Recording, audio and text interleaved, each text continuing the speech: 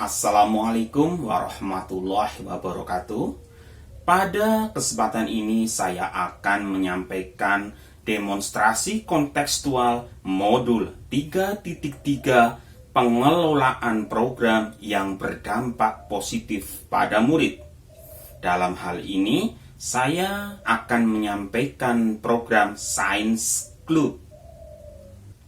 Adapun latar belakang dari program kegiatan tersebut, bahwa murid di sekolah kami senantiasa mengikuti OSN atau Olimpiade Sains Nasional, atau juga kegiatan lomba di bidang sains lainnya. Selama ini kami sudah sangat serius untuk mempersiapkan murid dalam mengikuti lomba tersebut. Namun, pada kenyataannya hasilnya belum maksimal. Sebagai peserta lomba, sekolah kami tidak pernah mengharuskan bisa meraih juara. Namun, kami sebagai guru, kami berkeinginan untuk mempersiapkan secara maksimal dalam persiapan mengikuti lomba sains tersebut. Hal ini karena mengikuti lomba juga bagian dari pembelajaran untuk murid. Selama ini kami mempersiapkan lomba dengan cara menyelenggarakan bimbingan intensif kepada calon peserta lomba sekitar 2 minggu menjelang pelaksanaan lomba.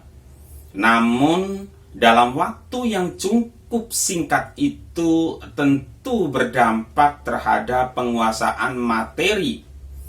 Oleh karena itu, kami bermaksud menyelenggarakan bimbingan persiapan mengikuti OSN atau lomba sains lainnya secara kontinu dan berkelanjutan, yaitu masuk sebagai ekstrakurikuler yang dikemas dalam program Science Club, sehingga murid dapat mengikuti bimbingan intensif dan berkelanjutan seminggu sekali.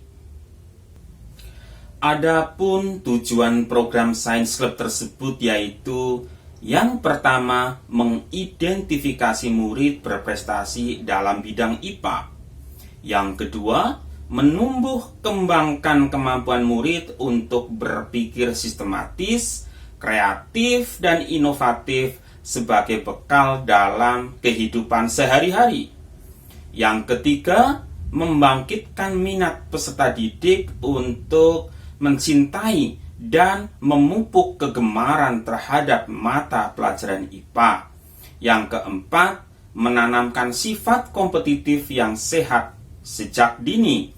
Serta yang kelima, menanamkan kesadaran dan keberanian mencoba, belajar, menerapkan secara langsung, dan sekaligus bisa berprestasi secara optimal.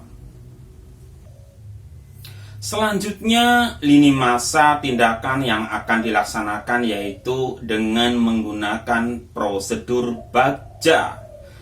Pada bagian buat pertanyaan utama, yaitu pertanyaan apa yang bisa kita lakukan agar Science Club efektif dan menyenangkan. Sedangkan tindakannya berupa menggali cita-cita dan harapan murid.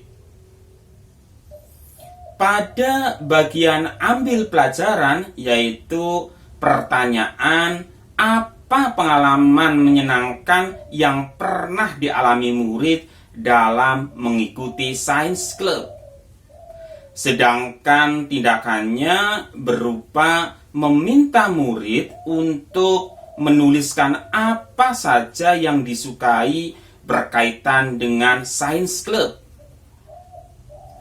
Pada bagian gali mimpi terdapat 2 pertanyaan, yaitu yang pertama, seperti apa Science Club yang efektif dan menyenangkan? Serta yang kedua, apa yang penting dilakukan agar Science Club efektif dan menyenangkan? Adapun tindakannya yaitu berupa 1.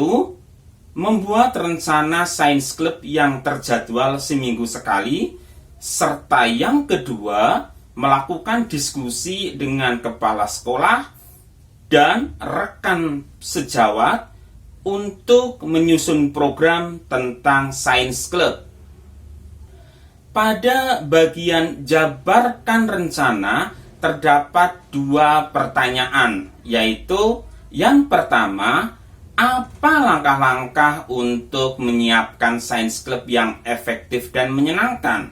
Serta yang kedua, apa hal pertama yang dapat dilakukan untuk mewujudkan Science Club yang efektif dan menyenangkan?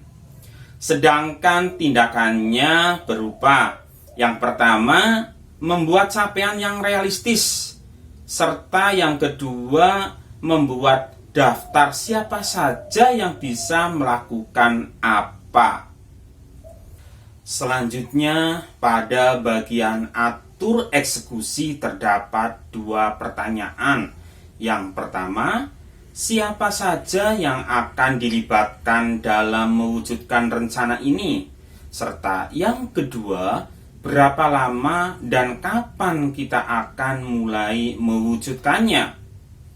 Sedangkan tindakannya berupa yang pertama, menyusun tim kerja dan deskripsi tugas setiap anggota, serta yang kedua, menentukan batas waktu untuk menyelesaikan tugas.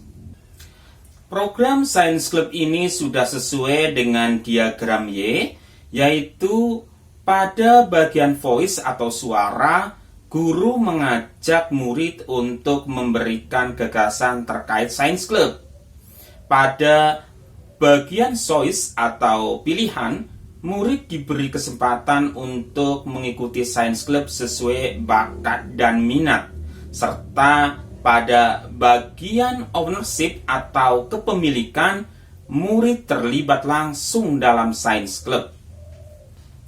Saat murid menjadi pemimpin dalam proses pembelajaran mereka sendiri, maka sebenarnya mereka telah memiliki suara atau voice, pilihan atau choice, dan kepemilikan atau ownership dalam proses pembelajaran. Lewat suara, pemilihan, dan kepemilikan inilah murid kemudian mengembangkan kapasitas dirinya menjadi seorang pemilik bagi proses belajarnya sendiri. Wassalamualaikum warahmatullahi wabarakatuh.